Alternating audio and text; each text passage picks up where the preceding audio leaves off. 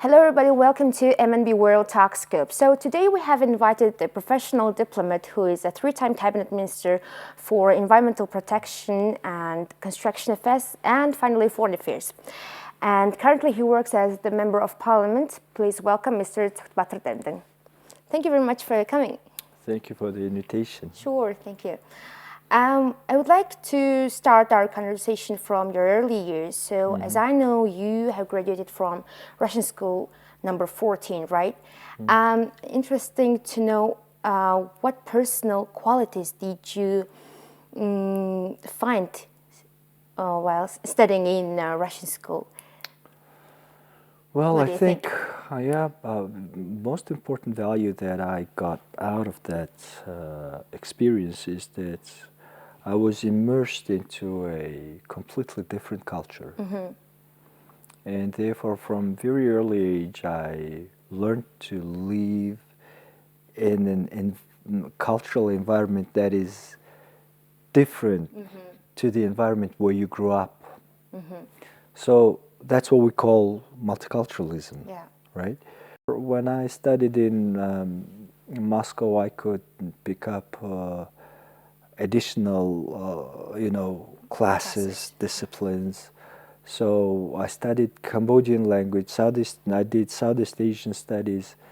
But because, again, all of this was taught in Russian, because I didn't have to, get this additional training and lose time on that.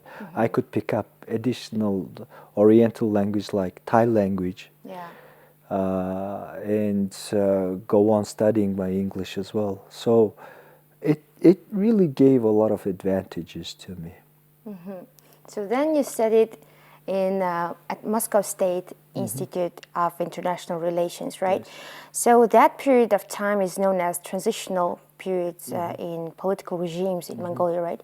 So, and considering that time, do you remember how did you receive the political situation in Mongolia and the condition of Mongolian society? Well, we lived through it is not like you are outside of this transition and you were observing it. You were living transition. So since my age of 15, this perestroika started in 1985. Right. So this big shift in the mind, in the view, in the philosophy started. So, and then you lived in it and you were transforming with the time. Right. So the big transition, change already started when I was here as a teenager. And then it went on in Moscow. You know, for a student, these were very challenging times because your scholarship was nowhere near, in terms of meeting your monthly needs. It was very small in one of the most expensive at that time, cities in the world, and inflation was raging at that time. There were times when you would stand in the queue for, bread, and then they would stop selling bread because the prices were changing, and the sellers had to adjust to the new prices the bread that was sold. And once you found something to eat, you had to grab, because there was no guarantee that you would find them tomorrow. Yes. To live through this challenge really made you stronger, I think. And therefore, and it's about everybody in our part of the world, Russia, Mongolia. I think it made us stronger. Now let us introduce you to our viewers a little bit more, shall we? Yep. Okay, let's take a look.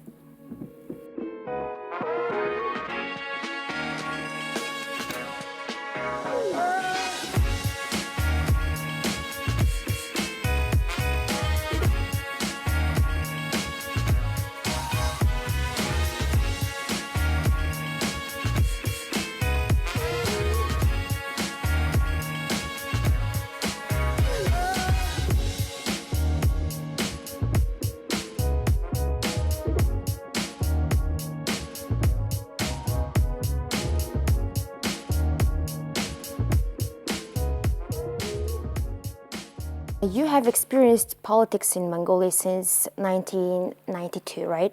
So during this period of time, you worked, despite the fact that you're a professional diplomat, so you worked as the Minister for Environmental Protection and Construction Affairs, right? So could you please tell us how that opportunities came to you? Well, it's politics. Yes. Well, yeah, I came back to Mongolia in 1994 and joined the Ministry of Foreign Affairs as a rank and file diplomat. Right. And then you just mentioned about the fact that I was in politics starting from 90s, but in reality, I was in the government office from 1994, but I joined politics from 2002 when I was appointed foreign policy advisor to the president, and that appointment is political. I see. And because it is political, but at that time I was not a member of party, so and I really value President Bagbandi from that perspective. He didn't care from which party I came. Yeah, He that's didn't important. care that I was not, partisan. Member of party. He wanted to see a professional as his foreign policy advisor, which is something that we're missing today in our politics, in our government administration system. Because political appointees now, if you really say that I don't care about politics, you will be ripped apart by the party members. But at that time, professionalism was preferred. I see.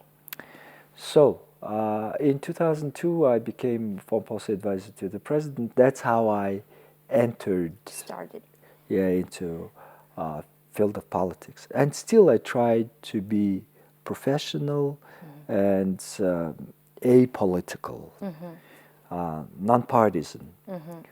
But then later on, the world changes. That's the interesting thing. I did not want to go into politics. But the interesting, and I was thinking, okay, I was taking it as a secondment from my ministry to the president's office, and I thought I will get back to my ministry and I will go on with my professional career. But the interesting thing is that world changed because everybody was already seeing me as a political appointee. So even if I said, no, I wasn't, partisan, nobody cared. Everybody saw me as a member of MPP. Yes. So then I just sort of yielded and gave in to my fate. So I joined the MPP. You still did go, okay. Yeah. But the interesting thing again was that at that time, my deputy minister at that time was Mr. Batpal. Then he said, look, our party is an interesting party. You should look into it. And Mr. Edvik then was Secretary General then. And, I went there, looked into their charter, and I was surprised because deep in my, view, I thought of myself as a social democrat. I opened that charter, and the first sentence was, our party, at that time MPRP, is a left-centric party dash social democratic party of Mongolia. And I thought, this party represents my views. Fits, yeah. And therefore I joined the party. So since then, yes, I was within the party. And then you were appointed as the Minister for Foreign Affairs, right? And that must have been for you one of the biggest accomplishments for you, wasn't it? So to be selected or appointed as the head of the sector to which you professionally belong. Oh yeah, wasn't it? Well, definitely. Yeah. Here, I would honestly say that it was an honor for me. It was a privilege to be entrusted with this post.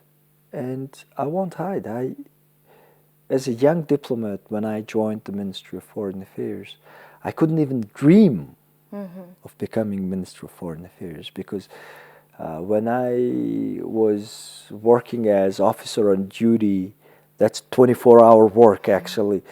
At the Secretariat of the Ministry of Foreign Affairs, and because you are young, you would be assigned very often to that 24-hour duty job. Yeah. And then you would see from a very close distance your minister. And imagine how far, up there, ministers at that time seem were to, for me. yeah. So they were my, ideals, my big bosses that I wanted to be alike at least. Okay, well, thank you. Now let's take a look to the next part of our program, which is dedicated to your work. All right. Okay.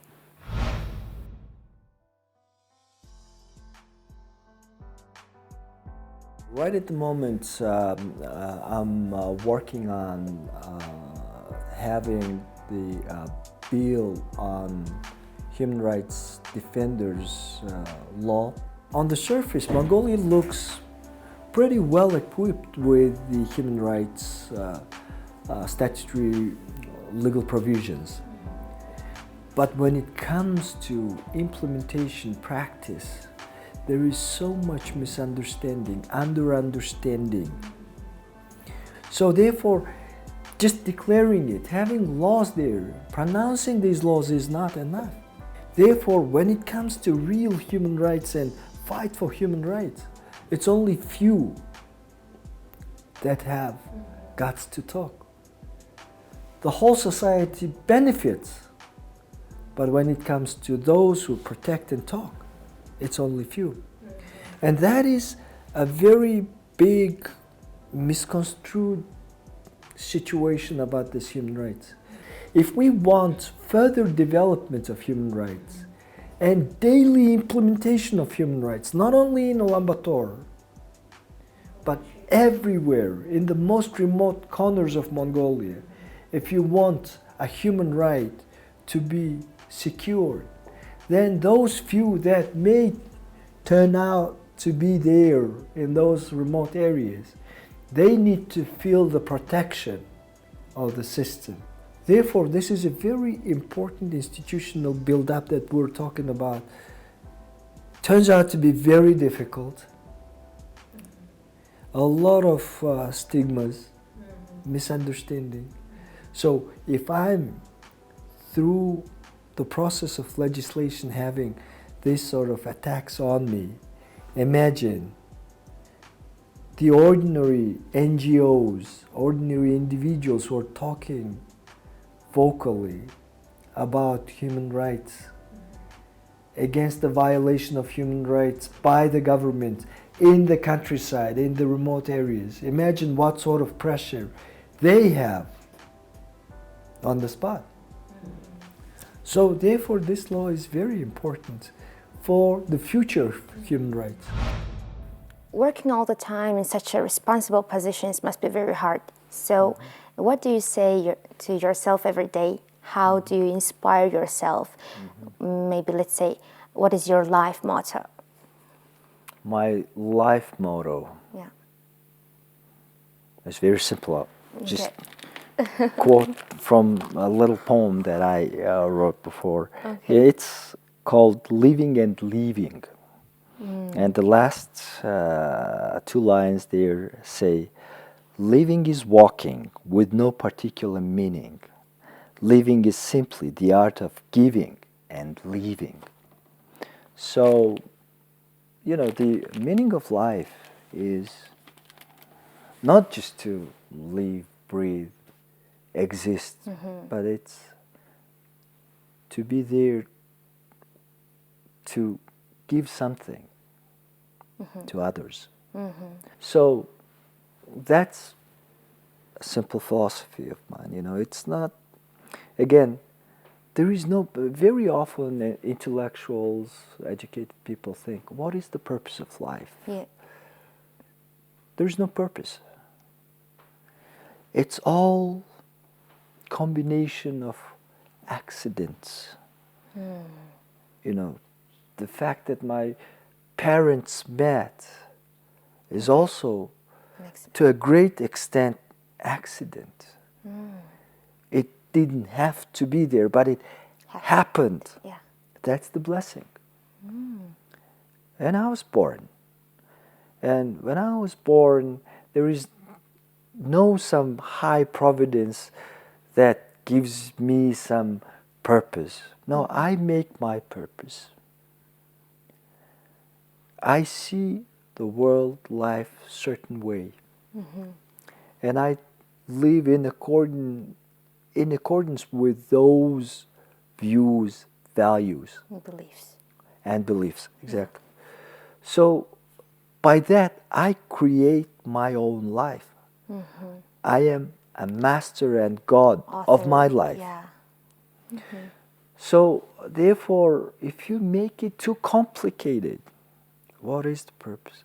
You won't find it. But if you really make it logical yourself, you create it, then you can be more, this creativity creates new creativity. Wow. And then you keep on, you create your own high purpose. And then you try to live with it or live up to it. And that is the purpose of life, I think. So that's my motto.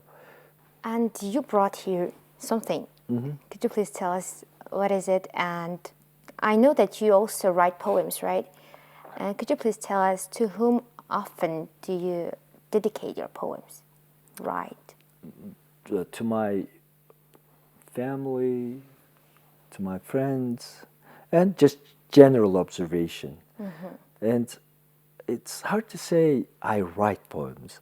It's interesting. In 2000, I never wrote before. I mean, as a kid, I used to write some rhymes for songs that I tried to compose, etc. When I was very young, and I was very shy of it, and still am, feeling uneasy talking about this. But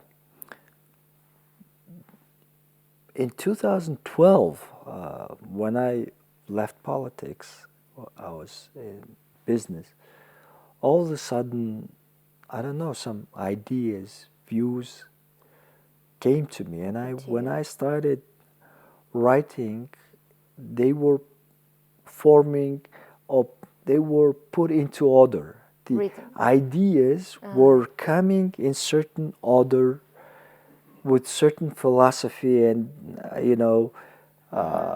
interesting to me views and form of expression, and that was some sort of tide and push, and only then I write. And most of the time I write when I'm in the airplane, where you have nothing else to do. Yeah. And then ideas just come flowing. And I remember once a friend of mine told me, "Oh, can you write a poem?" I was getting ready for elections, and he said, "Can you write a poem about this? And it's going to be a great thing for your elections." And I said, "I cannot do it that way. It comes, but if I get certain assignments on certain subject, and then I try to sit and write, doesn't work. It doesn't work that way. It comes, and now it just doesn't come, and therefore I don't write. But at that time, ideas used to come, and I wrote some, some of my views, ideas, put it in the form of poetry. How good they are or not, I don't know. They are for me. Do you remember your very first poem? Very first poem, yes. Yeah, could you please? Very first poem was. That's an interesting thing, actually. I was in the hospital. Oh. And waiting for a doctor. So. And all of a sudden, it came to my mind that life is an instantaneous phenomenon. You have it today. It may be gone tomorrow, anytime. Yeah. Yes. So the fact I am alive now is a fact. The next moment is not guaranteed. It's a blessing. I'm not even talking about tomorrow. any Moment. future, next moment Yeah. is not guaranteed. We don't True. know. So, and that idea came to me, and I wrote this poem, Health and Hospital, I think. And that's where, certain ideas came to me. And then, yes, and then I wrote something about, again, related to health. Second one was health or brain. And then the thing I wanted to, heart or brain was Okay. the second one. And it's about, very often we think, my heart says. And then I try to argue, no, your heart doesn't have a brain. It's your brain that is saying, and we're thinking it's our heart. The heart is most powerful biological engine that gives us livelihood. But all the feelings, no matter how spiritual they may feel, they only come from your brain. And Okay. this is a very short one. Okay. The heart is the greatest of natural engines. The pulse is the life's triumphant resonance. The heart, though, is not known of bearing intelligence. The brain work has always been behind the heartfelt sentiments. Wow. So this is, something that I wanted. Again, it's simple. Everybody knows, but not always we think of it as well. So, do you think that the inspiration comes in a very difficult circumstances when you're in the very difficult circumstances? Not necessarily. It's just state of mind. I don't know. It's just a moment of hibernation. It's when you're relaxed, and usually I am busy. Yeah. But when I'm not busy, then the ideas may come to my mind. It's just health and hospital. Yeah, is the poem. Okay, I'll So, definitely read it because I yeah. have mine here. Yeah. Thank you.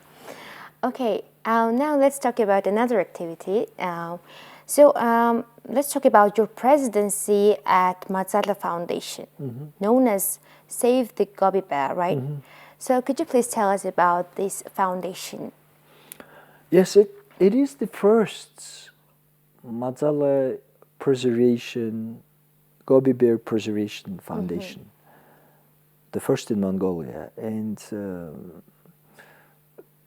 the NGO guys came up to me and asked me to serve as their president. After I resigned from my office of the Ministry of Nature and Environment. They're extremely rare animals, Right.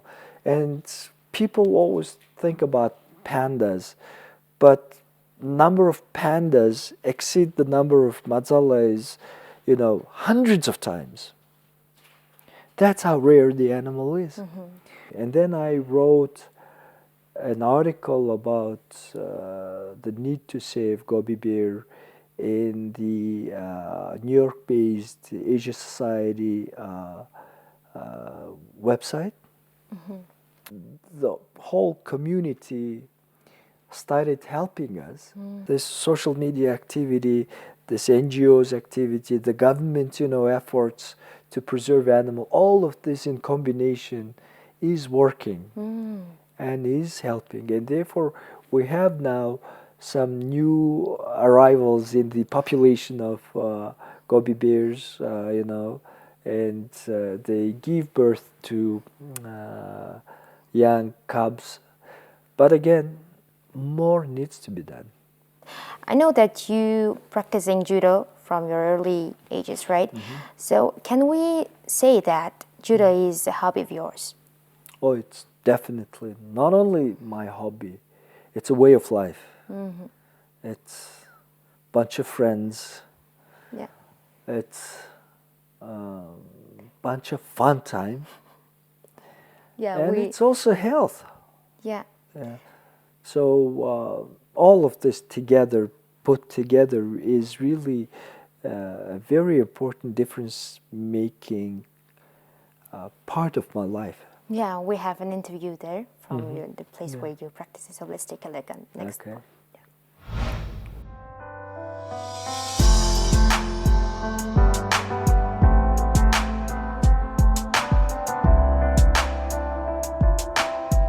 This is a club that I, along with my friends in Judo, set up almost a decade ago.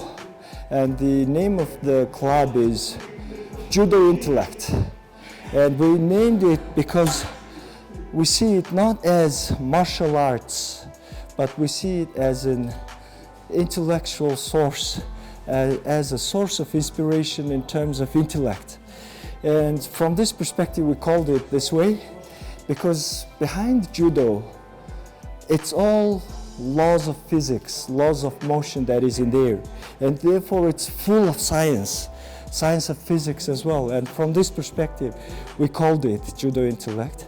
And this is a great contribution to the society, to the athletic education of our younger generation. Now I would like to talk about your family. So could you please tell us the story about how did you meet your wife? How did you understand that she's the only one? It's a top secret.